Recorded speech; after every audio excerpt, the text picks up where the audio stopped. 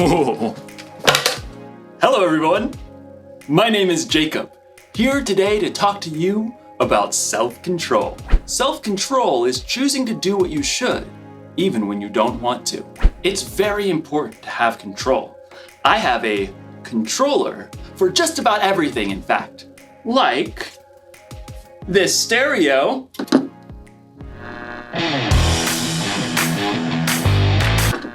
Thanks, stereo. Or this fan. I've even got a remote for my blender.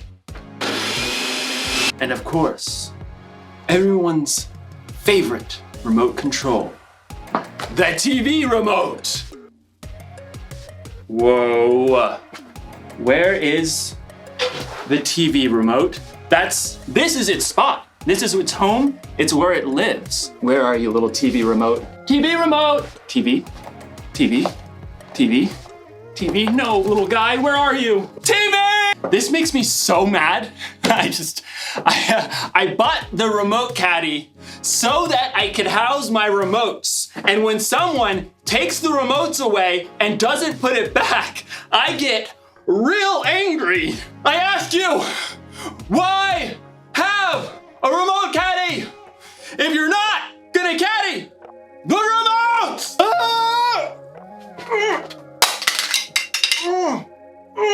What's going on?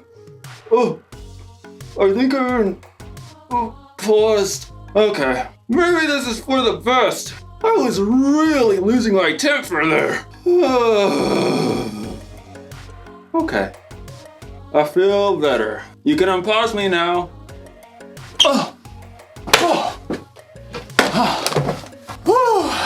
That was a close one. Anger can really take over if you let it. In today's story, we'll hear about a guy named David who had every reason to be angry. Let's hope it doesn't control him. Oh, I wonder what this controls.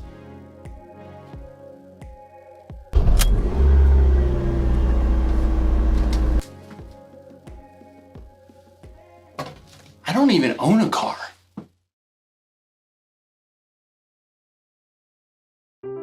The Bible. It's 66 books of history, stories, letters, and poetry that fit together to form God's one big story. The epic adventure of how He created us and loves us so much that He made a way to rescue us.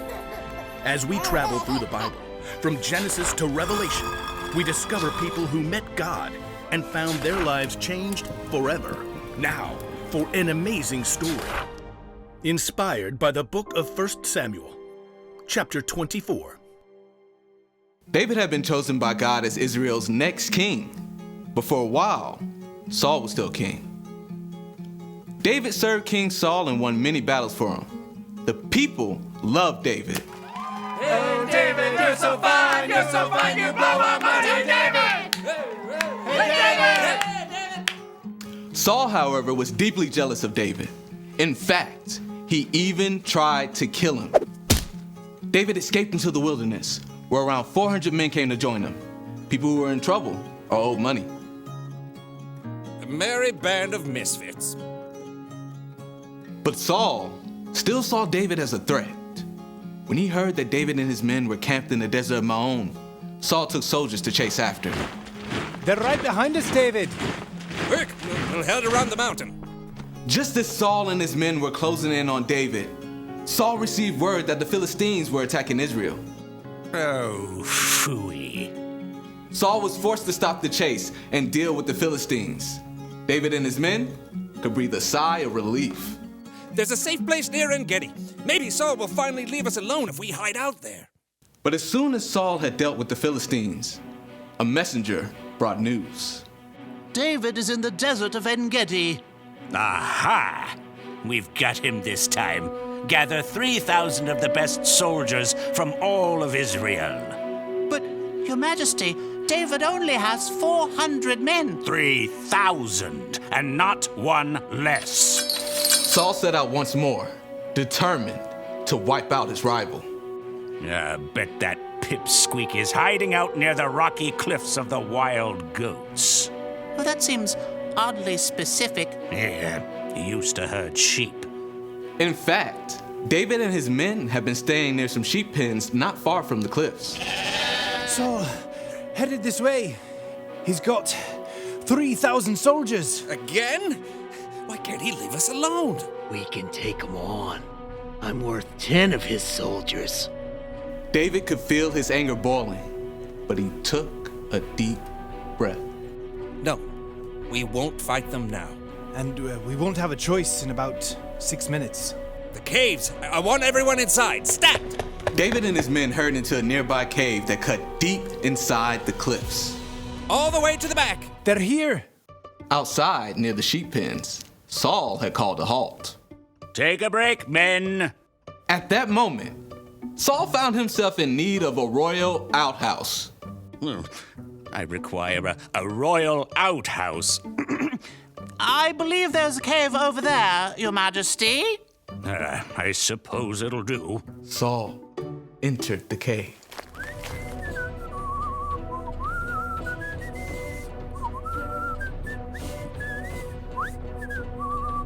Far back in the cave, David and his men froze.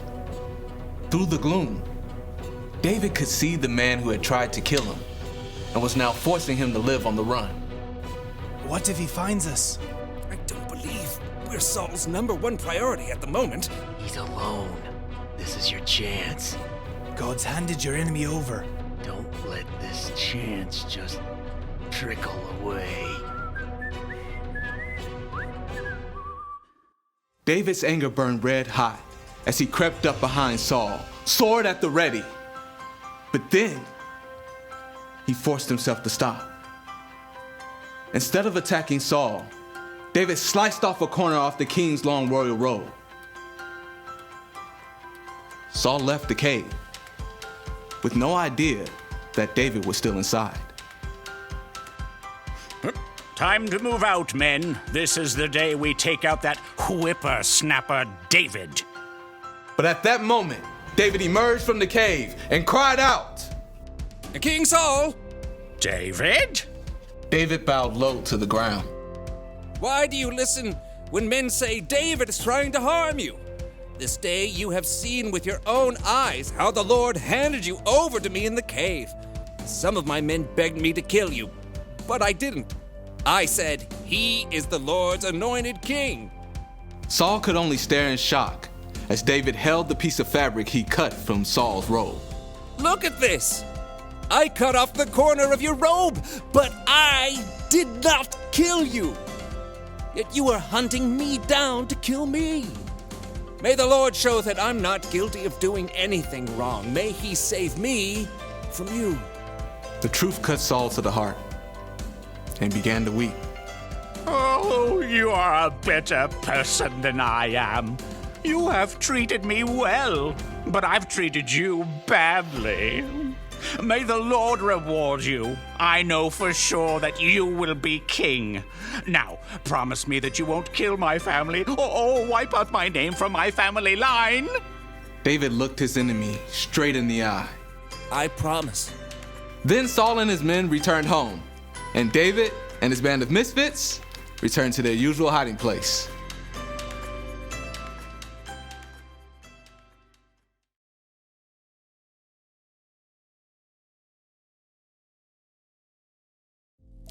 David was angry at King Saul, and he probably should have been. King Saul was trying to kill David. But even in his anger, David didn't lose control. He paused and thought and didn't let his anger take over. You don't need a remote control for yourself to know how to pause. You can do that on your own. If you're angry because someone borrowed something they weren't supposed to, or someone said something that really hurt your feelings, you could just fly off the handle. Or you can pause, count to 3 or 10 or 100 if you have to, and think about how you're going to respond. Remember, you can pause in real life, but what you can't do is rewind. Once you've said or done something in anger, it's out there. You can never take it back. I'm not saying you shouldn't ever get angry. In fact, Jesus himself got angry, but he had good reasons to get angry. And so do we sometimes. It's like when you or someone you know is being treated unfairly. That's a good reason to get angry. Losing a remote? Probably not the best reason to get angry, but good anger or bad, it's still wise to keep control of your anger instead of letting it control you. That's the one thing to remember today. Don't be controlled by your anger. Count to 10 and keep your cool. Music! Okay. Music! Oh, that's the... Okay. I gotta get a universal remote. I'll see you next time.